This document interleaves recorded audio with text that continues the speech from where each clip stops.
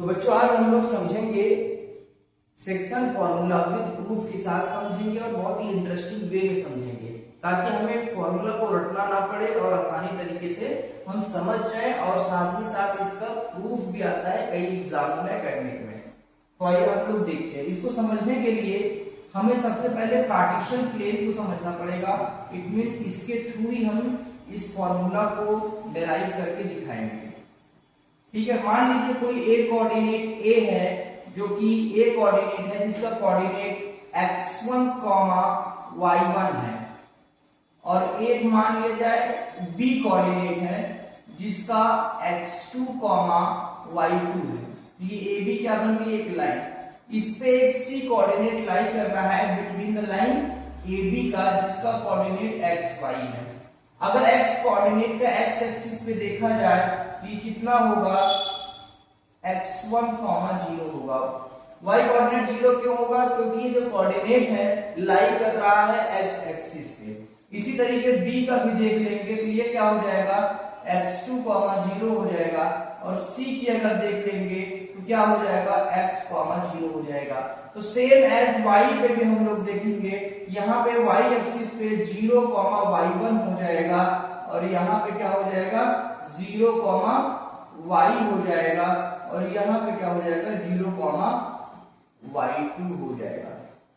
क्यों यहाँ पे 0? क्योंकि ये सारे ही पॉइंट क्या है, ये जो सारे ही पॉइंट है क्या कर रहे हैं हम y एक्सिस पे लाई कर रहे हैं, ठीक है। अब हम इसको ज्वाइन कर लेते हैं इसको।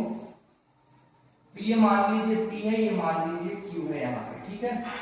तो हमें दो ट्रायंगल दिख रहे हैं, देखो दो ट्रायंगल दिख रहे हैं, ये भी 90 डिग्री है और इधर भी 90 डिग्री है। मान लीजिए ये A है और तो ये भी हो जाएगा क्योंकि ये सब पैरेलल लाइन है और इसके करस्पॉन्डिंग एंगल कहलाएगी, ठीक है।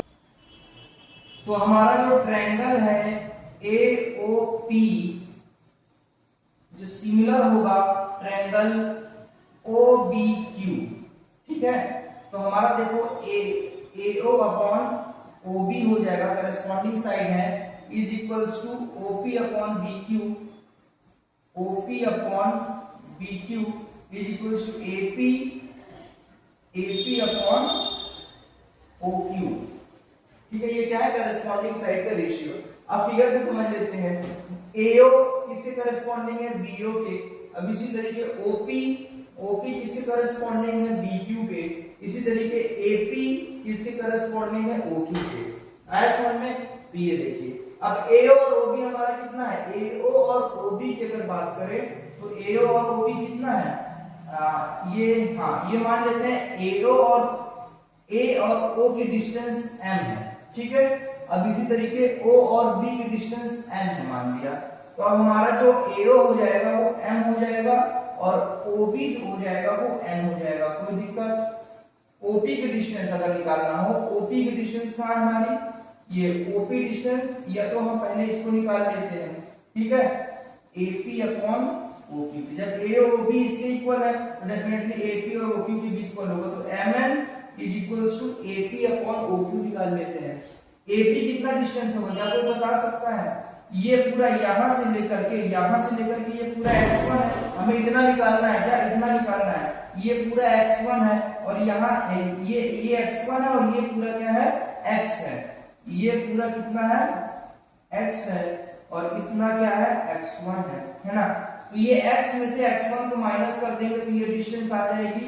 तो x माइनस x1, ये डिस्टेंस जो आएगी x माइनस x1 आ जाएगी, है ना। तो हम इसको मैं इधर थोड़ा कर देता हूं। तो देखिए m by n is equals to AP कितना है, AP हमारा जो है x माइनस x1 है।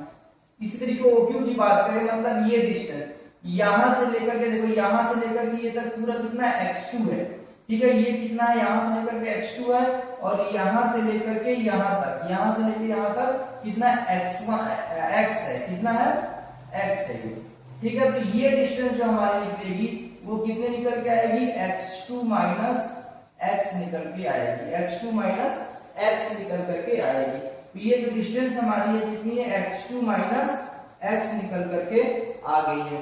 अब क्रॉस मल्टीप्लाई सीधी करेंगे हम लोग, m x2 minus x is equals to n x minus x1। कोई दिक्कत मुझे नहीं लगता है, ठीक है, मुझे नहीं लगता है। तो ये इसको ब्रेक करो, mx2 ये mx हो जाएगा, ये इससे मल्टीप्लाई होगा, ये इससे मल्टीप्लाई होगा, nx यहाँ nx1, क्या nx1। अब देखिए आप क्या करेंगे, इसको इधर ले आइए, mx2 ये जब इधर आएगा तो ये माइनस में, तो इधर प्लस में हो जाएगा, ठीक है, प्लस में हो जाएगा तो nx1 हो जाएगा। कोई दिक्कत, यहाँ पे क्या था nx था, इसको ले जाओगे तो ये इधर माइनस में उधर जाएगा तो mx बन जाएगा। इनमें से x क्या कॉमन आ जाएगा, क्या mx2 प्लस nx1, इनमें से x को कॉमन ले लिया तो क्या बना m प्लस n, ये मल्टीप्लाई में उधर जाएगा तो डिवाइड में हो जाएगा। ये तो इसको पूरा टर्न ऑफ कर लीजिए, कोई दिक्कत नहीं, क्या मुझे नहीं लगता है। ये हो जाएगा mx2 प्लस nx1 अपॉन के नीचे आ जाएगा m plus n is equals to x। कोई दिक्कत, ये देखिए x कोऑर्डिनेट हमारा आ गया mx2 plus nx1 m plus n। यही हम लोग देखते भी हैं किसमें, यही हमारा फॉर्मूला में भी देखा जाता है। अब जैसे हमने m ratio n ap by aq ले लिया, ये वाला ले लिया, अगर इसको ले लेंगे m n op by bq तो हमारा क्या बन जाएगा, यहाँ पे my2 प्लस ny1 और m प्लस n बन जाएगा, ठीक है। हाँ, ये तो हमने इसको इतना रख करके देखा, अब आगे देखते हैं, ठीक है। इसको मिटाने दे रहा हूँ, ठीक है, कोई दिक्कत, इसको मिटा दे रहा हूँ। अब मैं y कोऑर्डिनेट निकालूंगा, क्या निकालूंगा, y कोऑर्डिनेट। पॉज करके वीडियो आप लोग नोट कर लीजिएगा जिसको भी करना है, ठीक है। अब यही से मैं स्टार्ट करूंगा, AP बाई OQ लिया था, अब मैं इसको लूंगा OP बाई BQ को लूंगा। अब देखिए यहाँ पे m रेशियो n है, OP कितना है मेरा, OP ये पूरा यहां से यहां तक डिस्टेंस जो है, यहां से यहां तक डिस्टेंस क्या है, y है, और यहां से यहां तक y1 है। तो क्या मेरे को ये डिस्टेंस निकालना है, ये डिस्टेंस, ये डिस्टेंस मुझे निकालना है। ये डिस्टेंस मतलब इसके बराबर ही होती है ना, तो ये कितना हो जाएगा, y माइनस ये जो डिस्टेंस होगी, ये वाली जो डिस्टेंस होगी y माइनस y1 होगी, ये जो डिस्टेंस होगी y माइनस y1। तो इसी तरीके ये भी कितनी हो जाएगी, हमारी OP जो हो जाएगी y माइनस y1 हो जाएगा। कोई दिक्कत। अब इसी तरीके n की अगर बात की, ये BQ की अगर बात करूं तो BQ अगर आप देखो तो ये पूरा डिस्टेंस कितना है, y2 है, और ये डिस्टेंस जो है हमारा वो कितना है, y है। कोई दिक्कत। अगर हमें इतनी डिस्टेंस चाहिए, ये इतनी डिस्टेंस चाहिए, तो ये क्या हो जाएगा, y2 माइनस y1। y2 में से y को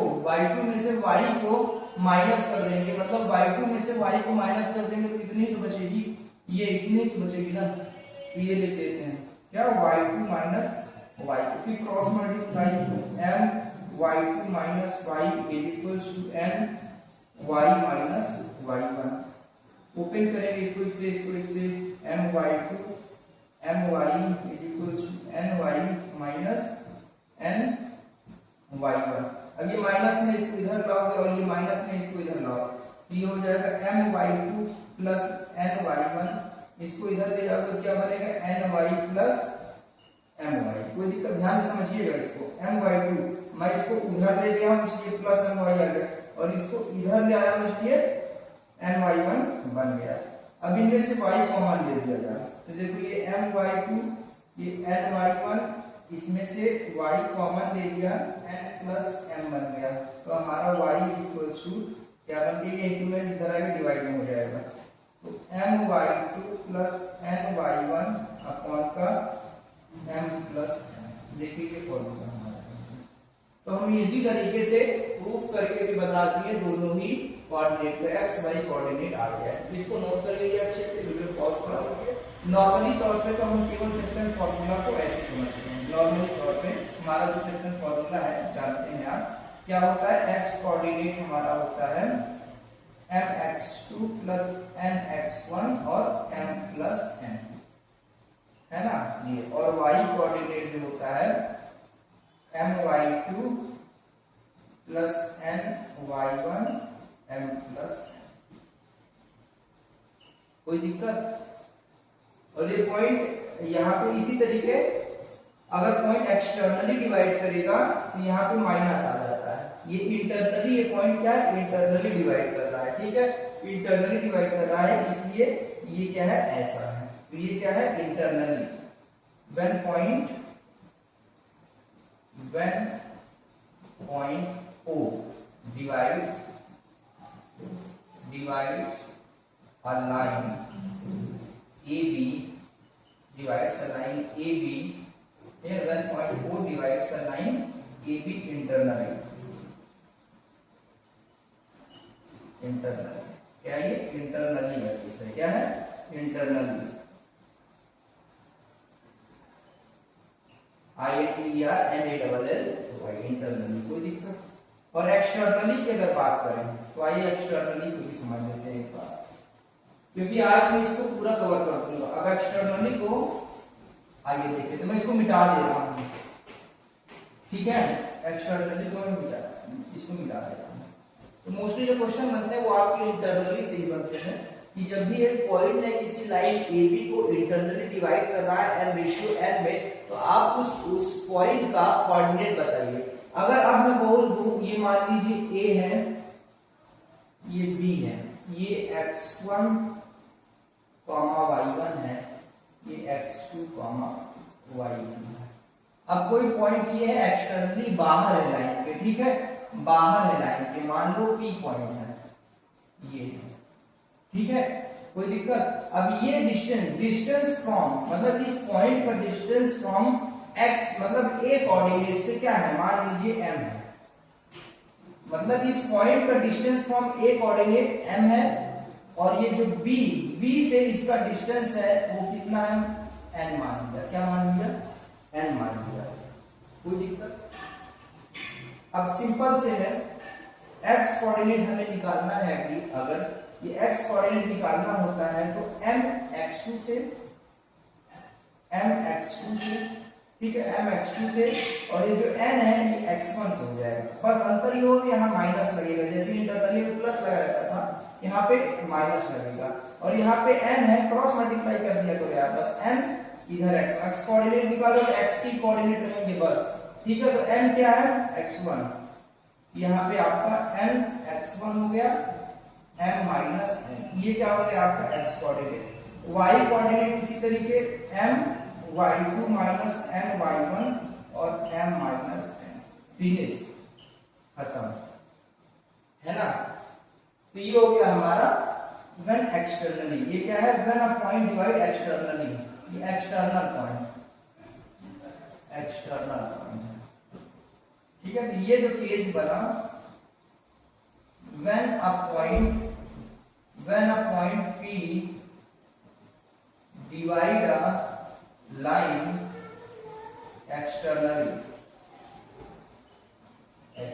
कोई दिक्कत, मुझे नहीं लगता कोई दिक्कत होगी। तो ये रहा एक्सटर्नली का, ठीक है। तो इसको मैं मिटा दे रहा हूं ताकि आप लोग क्या करिए, है ना। अब जो याद होना चाहिए आपको, जो अब आपको याद होना चाहिए वो मैं यहाँ पे लिख देता हूँ, ठीक है ना। जो याद होना चाहिए, मान लीजिए ये है और ये भी है, कोई इंटरनली पॉइंट, ये इंटरनली का केस है, ठीक है, इंटरनली का।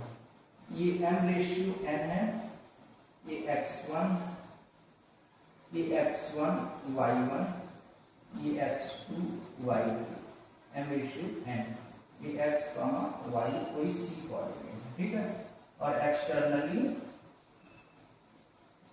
का अगर यहाँ देखें तो मान लीजिए ये क्या है, a कोऑर्डिनेट x1 है, y1 है, ये c है, x, इसको b मान लेते हैं,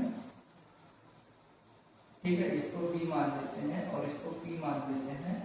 ये मान लीजिए p जो हमारा है x2 और y2, और ये x, y है, ये पूरा m है और ये क्या है, n है।